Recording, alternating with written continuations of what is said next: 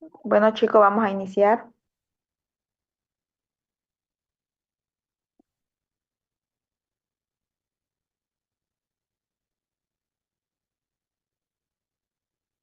¿Pueden ver la pantalla? Sí, se puede ver auxiliar. Bueno, vamos a empezar con fisiología humana, segundo corte. Vamos a avanzar 5 temas, pero el tema número 8 es el que menos ingresa, por así decirlo, en el examen. Y el tema que me olvidé añadir aquí, ese lo vamos a avanzar mañana junto con la fisiología del sistema endocrino, que es un tema un poco más largo y del cual sacan muchas preguntas. Hoy día vamos a avanzar fisiología renal, fisiología del aparato digestivo y la de los sentidos, que es más corta. Bueno, comenzando un breve concepto para los que es su primera auxiliatura de qué es la fisiología humana. Tenemos que entender primeramente cuál es el concepto de esta materia. Básicamente la fisiología humana es entender cómo funciona nuestro cuerpo por dentro, como cada órgano y sistema hace su parte para que nosotros estemos vivos, sanos y en equilibrio. Es como básicamente ver el cuerpo desde adentro, no solo lo que vemos, sino todo lo que pasa sin que nosotros nos demos cuenta. Es muy importante esta materia porque así podemos saber cómo funciona, podemos entender mejor qué es lo que pasa cuando algo en nuestro cuerpo va mal. Iniciamos con el tema número 6, que es fisiología renal. Aquí en fisiología renal vamos a hablar sobre los riñones, que los riñones básicamente son como filtros. Ay, ay,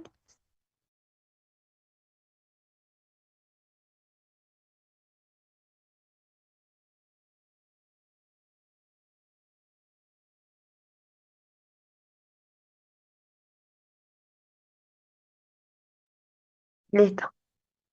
Ya, aquí los riñones, que son básicamente actúan como filtro del cuerpo. Los riñones son los que se encargan de filtrar la sangre y eliminar lo que no nos sirve, así como desechos y toxinas, así como también regulan cuánta agua y sales, así como tenemos aquí los electrolitos que son sodio, cloro y potasio. Ahí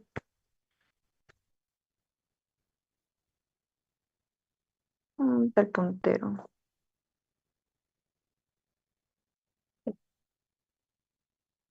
Así como acá, los riñones ajustan la pérdida que afecta los electrolitos. Esto de aquí tienen que memorizar como sodio, cloro y potasio. El cuerpo, ¿sabían que el peso de nuestro cuerpo, básicamente el 60% es agua? Y este líquido se distribuye en dos partes. El 40% está dentro de las células, que es el líquido intracelular. Y, y el 20% está fuera, en la sangre, es decir, el plasma.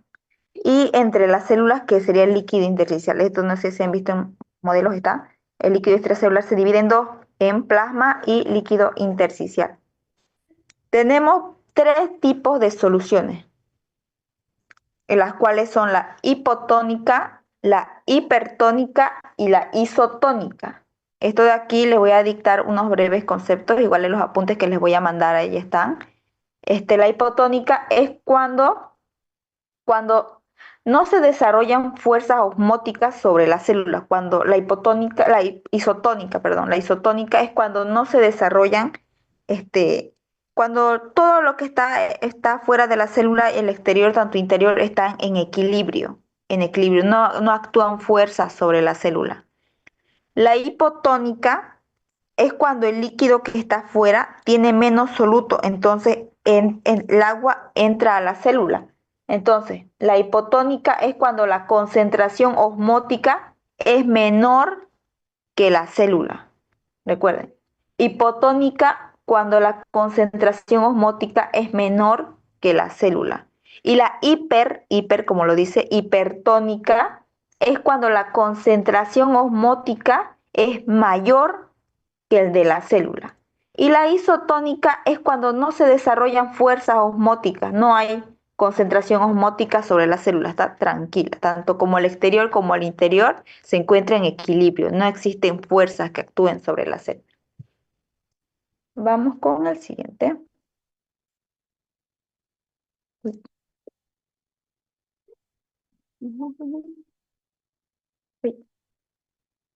No quiero.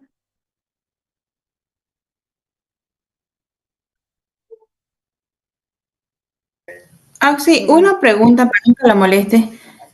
sí, ¿Esas diapositivas nos las va a pasar a los personales? claro, a los personales les he dicho que les voy a mandar tanto resúmenes como también las diapositivas, porque también tengo el resumen donde están acá más detallado, por así decirlo, los, Ah, los apuntes que tengo, digamos. ok, gracias. ¿Del doctor Jensen? Claro, del doctor Jensen tanto como el doctor Darío, porque la única diferencia de los dos doctores es la manera en la que preguntan. Ese era, el doctor Jensen lo Mm, hace ese al encerrar, últimamente está haciéndolo encerrado, pero a veces lo hace pregunta abierta. Pero no ujú. sé cómo es. El primer parcial creo que fue puro de encerrar y tal vez este sea pregunta abierta. No sé. Mitad y mitad no toco. Algunas con agregar y poner las partes y las otras encerrar. Mitad y mitad, pues. Sí, mitad, mitad. Pero sí, lo mismo, solo que varía la forma en la que preguntan. ¿Ya? Vamos ahora con este que es el edema. El edema. Primeramente, ¿qué es el edema? El edema es cuando se acumula el líquido. El edema, aquí podemos ver una imagen, es cuando se acumula el líquido en los tejidos. Acá está. Edema es presencia de líquido en los tejidos corporales. ¿Qué es el edema? Les puede preguntar. Es la presencia de líquido en los tejidos corporales. Esto básicamente es como cuando se hinchan los tobillos o la cara.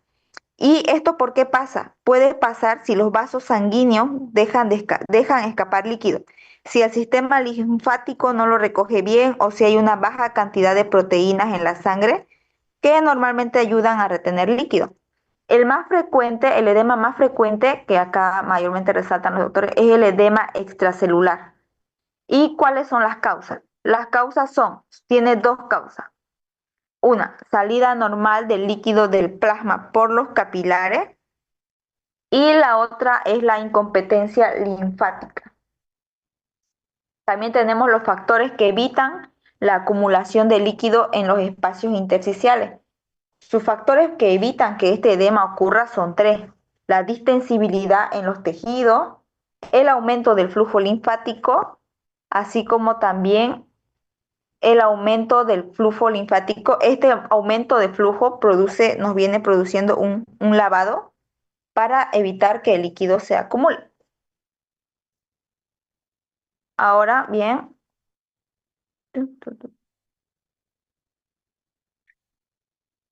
la formación de la orina por los riñones. Básicamente aquí la orina.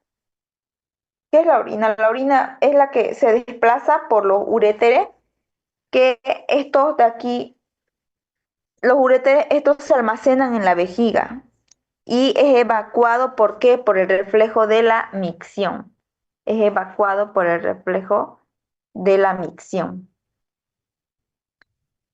Luego tenemos aquí el flujo sanguíneo renal, que es cuando la sangre entra al capilar glomerular, por la arteriola aferente y sale por la arteriola eferente. Ingresa por la arteriola aferente y sale por la arteriola eferente.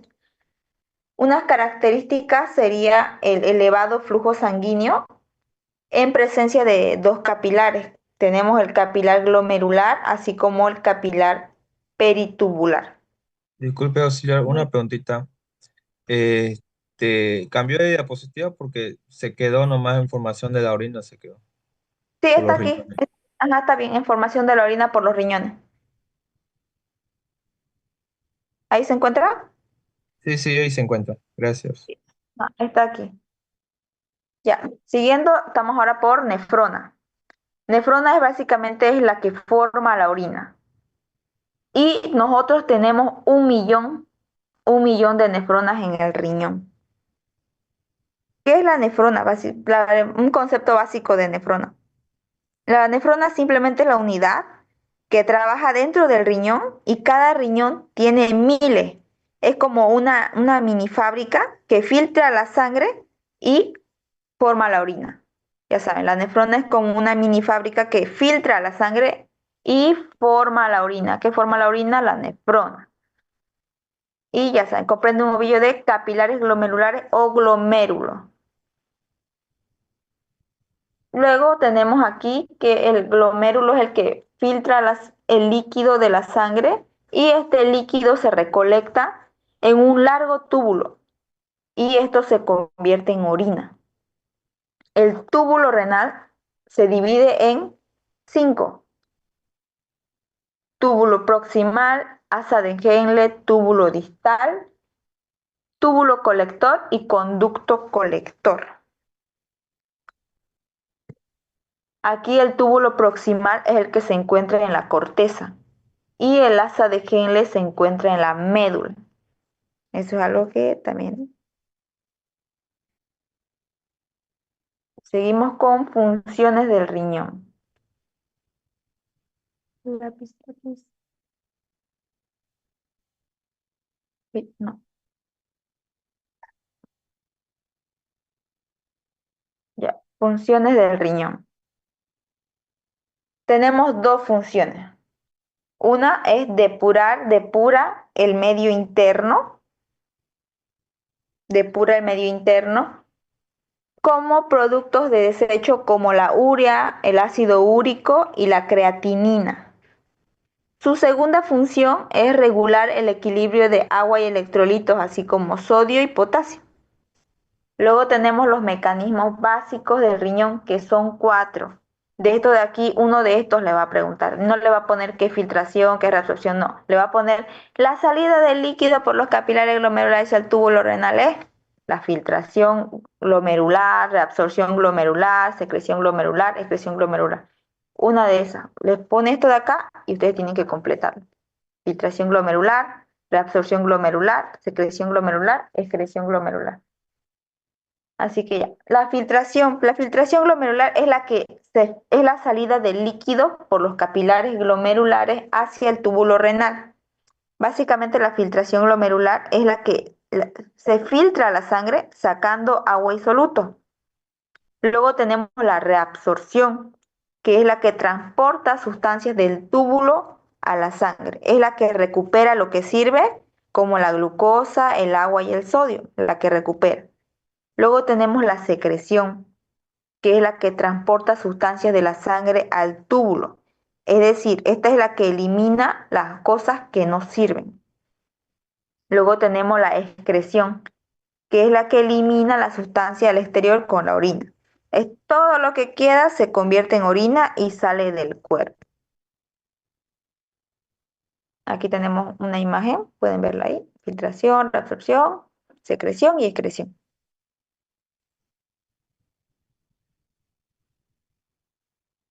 Filtración glomerular. La filtración glomerular es mayormente conocida como el primer paso para formar la orina. Es el primer paso para formar la orina.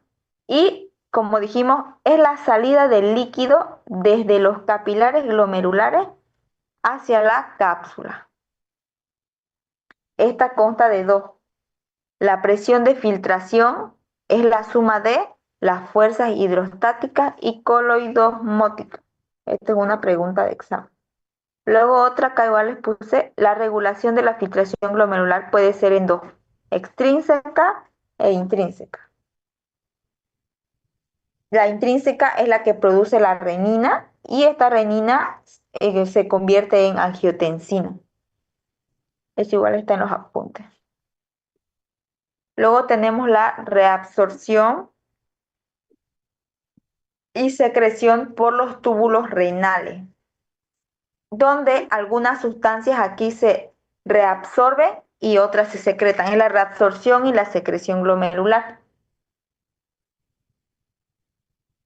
Esto se realiza, ya saben, en los túbulos renales.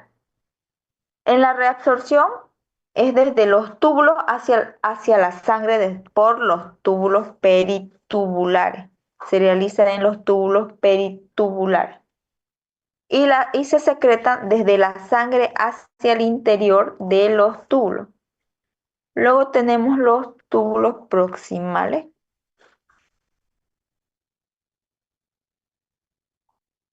Túbulos proximales, que estos tienen una gran capacidad de reabsorción. Los túbulos proximales son los que ayudan a la reabsorción. Ya saben, que todo lo que está aquí son lo que...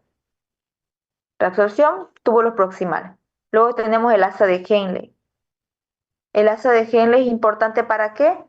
Para la concentración. ¿Concentración de qué? De la orina.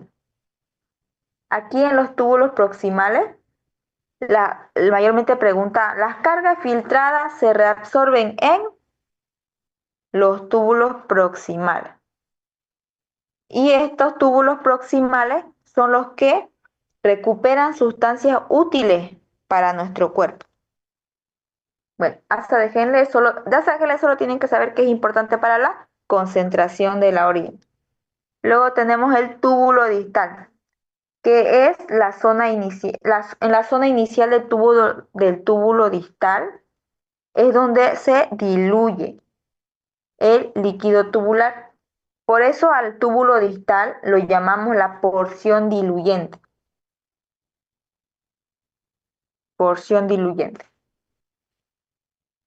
Aquí debe haber un equilibrio entre reabsorción tubular y filtración glomerular. Tiene que haber un equilibrio, ya saben, entre reabsorción y filtración debe haber un equilibrio.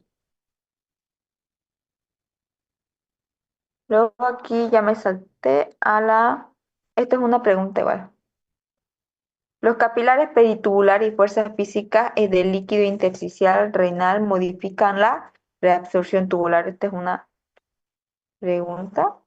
Luego aquí, influidos por los cambios hemodinámicos, tenemos las fuerzas que son la presión hidrostática y presión coloidosmótica. Ya saben, ya los capilares peritubulares y fuerzas físicas del equilibrio intersticial renal modifican la reabsorción tubular. Y estos están influidos por los cambios hemodinámicos que son la presión hidrostática y la presión coloidosmótica. Bueno, aquí continuando, tenemos la secreción tubular, que aquí tenemos varias hormonas importantes, como la aldosterona dice, pero es aldosterona. Aquí tenemos la aldosterona, que la aldosterona es la que retiene el sodio, así cuando retenemos sodio, retenemos pues agua. Y, y esta se encarga de eliminar el potasio. Y esto es muy importante ¿para qué? Para mantener la presión y el equilibrio. También tenemos la hormona, la ADH, que también se conoce ADH o antidiurética. Esta hace que retengamos agua cuando el cuerpo lo necesita, aumenta la reabsorción de agua, hace que retengamos agua cuando el cuerpo lo necesita. Luego tenemos la angiotensina 2, que tiene estas funciones, que es estimular la secreción de aldosterona, estimula la vasoconstricción, así como también estimula la absorción de sodio. Luego aquí les puse un concepto de micción. La micción básicamente es el reflejo. Es el reflejo para... La micción es el reflejo, es cuando la vejiga se vacía y consta de dos pasos. La vejiga se llena y aumenta la tensión y el reflejo nervioso o miccional se activa y esto hace que la vejiga se vacíe. Por ejemplo, cuando orinamos, la vejiga se llena y esta manda señales al cerebro y se activa este reflejo que nos hace sentir esas ganas de orinar y si decidimos hacerlo, el esfínter se relaja y la orina sale. Y todo esto es coordinado por el sistema nervioso. Y aquí en la aldosterona, no sé si estará más adelante también. No. Aquí en la aldosterona, ¿dónde está? Acá. Tenemos dos enfermedades muy importantes, que son cuando hay ausencia de esta hormona y cuando hay un exceso. Son dos enfermedades muy importantes. La ausencia produce ¿qué? Enfermedad de Addison. Y el exceso, los tumores suprarrenales. La enfermedad del Addison es básicamente la falta de aldosterona. Entonces, si se pierde mucho sodio y agua, la persona se deshidrata fácilmente.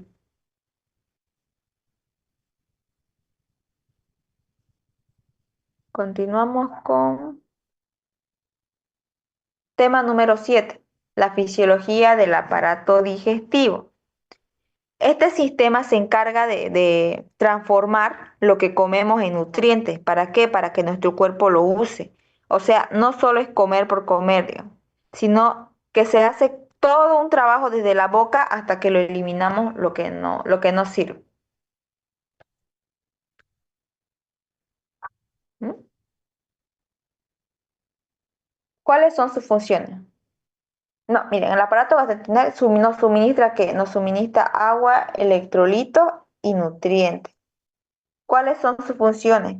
¿Cómo lo hace? Tenemos cuatro: la ingestión, la digestión, la absorción de los alimentos y la excreción. Pero ustedes solo pueden memorizarse ingestión, digestión, absorción y excreción. La ingestión es cuando comemos.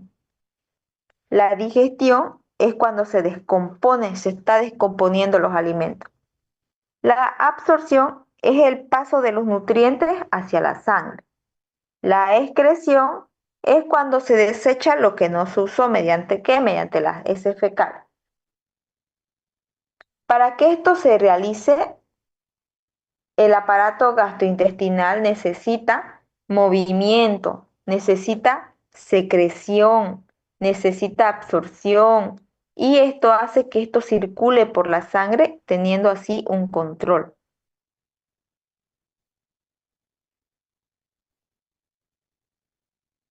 El control nervioso aquí no lo puse, pero se regulan dos factores, así como la anterior, intrínseca y extrínseca.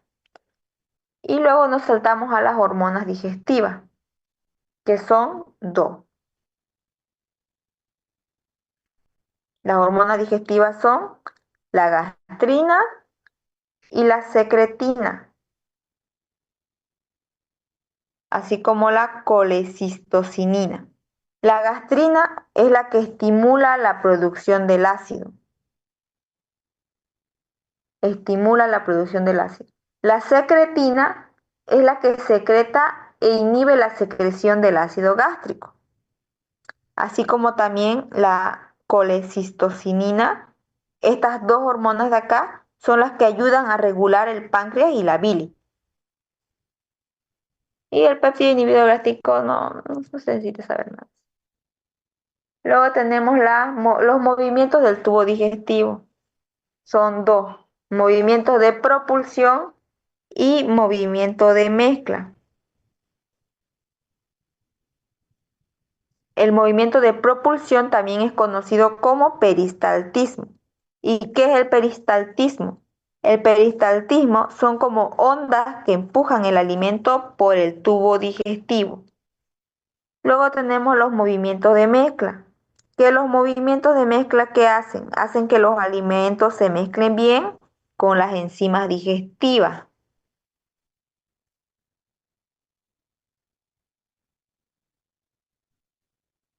Secreción de saliva. Tenemos tres glándulas salivales, que son la parótida, la submaxilar y la sublingual. ¿Que estas sirven? ¿Para qué sirven? Sirven para humedecer los alimentos y empezar a digerir los carbohidratos y así proteger a la boca. La parótida, ¿qué es lo que hace la parótida? La parótida produce secreción serosa, la sublingual produce secreción mucosa, la submaxilar produce secreción mixta. Pero esto no, solo con que se sepan las tres glándulas salivales: la parótida, la sublingual y la submaxilar. ¿Y cuáles son las funciones de la saliva? Tiene tres funciones: digestiva, protectora y amortiguadora. El estómago. El estómago es donde se almacenan los alimentos y se mezclan con los jugos gástricos. También tiene células. Tienen células que producen ácido clorhídrico, producen moco y producen el factor intrínseco, que esta ayuda a absorber la vitamina B12.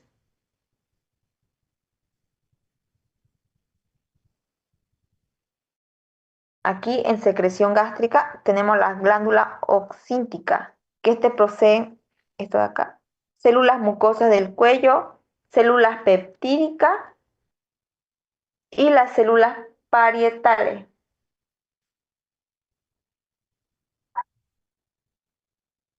Aquí en el factor intrínseco, creo que lo puse acá al lado. Aquí. Células de secreción gástrica tenemos las glándulas oxínticas y las glándulas pilóricas. Las glándulas oxínticas poseen tres tipos de células: célula mucosa del cuello, células peptídicas y células parietales. Y las glándulas pilóricas son las que secretan la hormona gastrina. Aquí, productos secretorios gástricos. La secreción gástrica. Tenemos aquí las células parietales, que estas células parietales, ¿qué hacen? Son las que secretan el factor intrínseco, como lo mencioné. Y el factor intrínseco es la que se encarga de absorber la vitamina B12. Aquí está, factor de absorción de vitamina B12. También tenemos la hormona gastrina, que regula la secreción gástrica, y esta es secretada por las células G. Si le dice las células G secretan, ya, G tiene que darse cuenta, gastrina. Luego tenemos la histamina, que no está aquí, por eso la puse aquí, que es el cofactor que estimula la secreción del ácido. Estimula la secreción del ácido la histamina. Y esta secreción se produce en tres fases. Tenemos la fase cefálica, la fase gástrica y la fase intestinal. La secreción gástrica se produce en tres fases, ya sabes. Aquí tenemos las células G, que estas son las que secretan, ¿qué? La gastrina. Estas son muy importantes. ¿Por qué? Porque más allá vamos a ver sobre por qué es importante estas hormonas.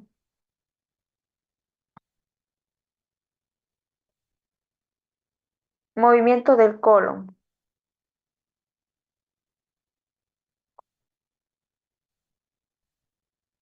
Bueno, el colon, ¿qué hace? Básicamente el colon es el que absorbe el agua que queda y forma las heces. Eso es lo que hace.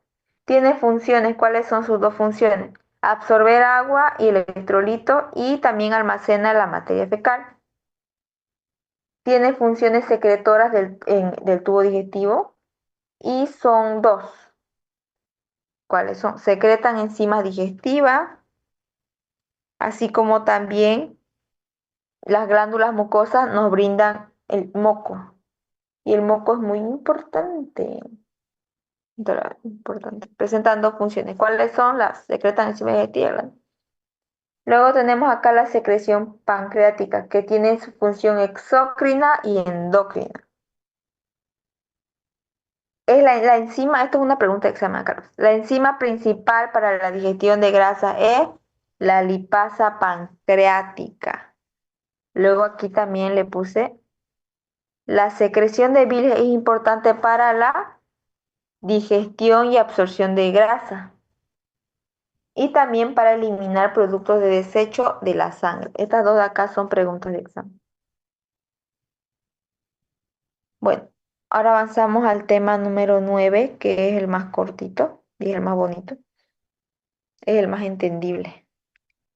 Fisiología de los sentidos. Aquí vamos a hablar sobre tres. Son cuatro, pero del sistema del olfato solo una pregunta saca. Fisiología de la visión. Bueno, aquí el ojo El ojo básicamente funciona como una cámara.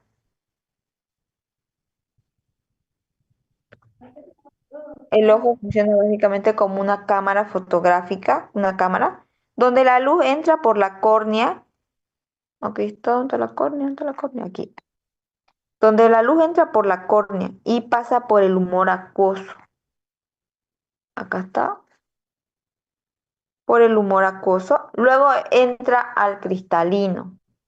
Una vez que ingresa al cristalino, se ajusta el enfoque y finalmente llega a la retina, donde están los fotorreceptores. ¿Dónde se encuentran los fotorreceptores? En la retina.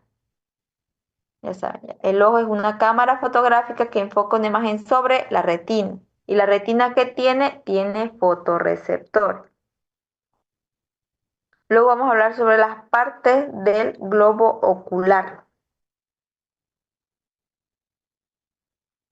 Y aquí tenemos dos, que son ¿cuáles? La esclerótica y la coroides. La esclerótica es la capa interna, es la capa interna del ojo. Acá está, pueden ver aquí. Esta es la esclerótica. Es la capa interna del ojo. Esta cumple una función, la cual su función es protectora.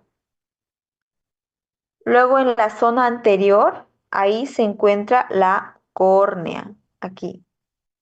En la zona anterior, aquí se encuentra la córnea. En la zona interior tenemos la esclerótica, en la zona anterior tenemos la córnea. ¿Que la córnea qué hace? La córnea es la que permite el paso de la luz como un lente. Luego tenemos aquí la coroide, que es simplemente la coroide, es la capa media del ojo. Y esta se divide en tres. Tenemos aquí el cristalino, la pupila y el humor acuoso. El cristalino, ¿qué? El cristalino es el lente del ojo. Esa es la pregunta, ¿no? Lente del ojo es el cristalino. La pupila es el iris. Y el humor acuoso es la cámara anterior del ojo.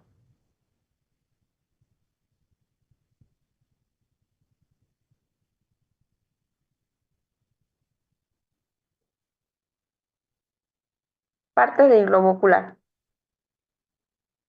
Aquí tenemos la retina o capa interna. Y aquí en la capa interna o la retina, ya saben, la retina, ¿qué se encuentran en la retina? Los fotorreceptores. Y en los fotorreceptores tenemos dos, que son conos y bastones. Esta es pregunta de examen. Visión a color, cono. Visión blanco y negro,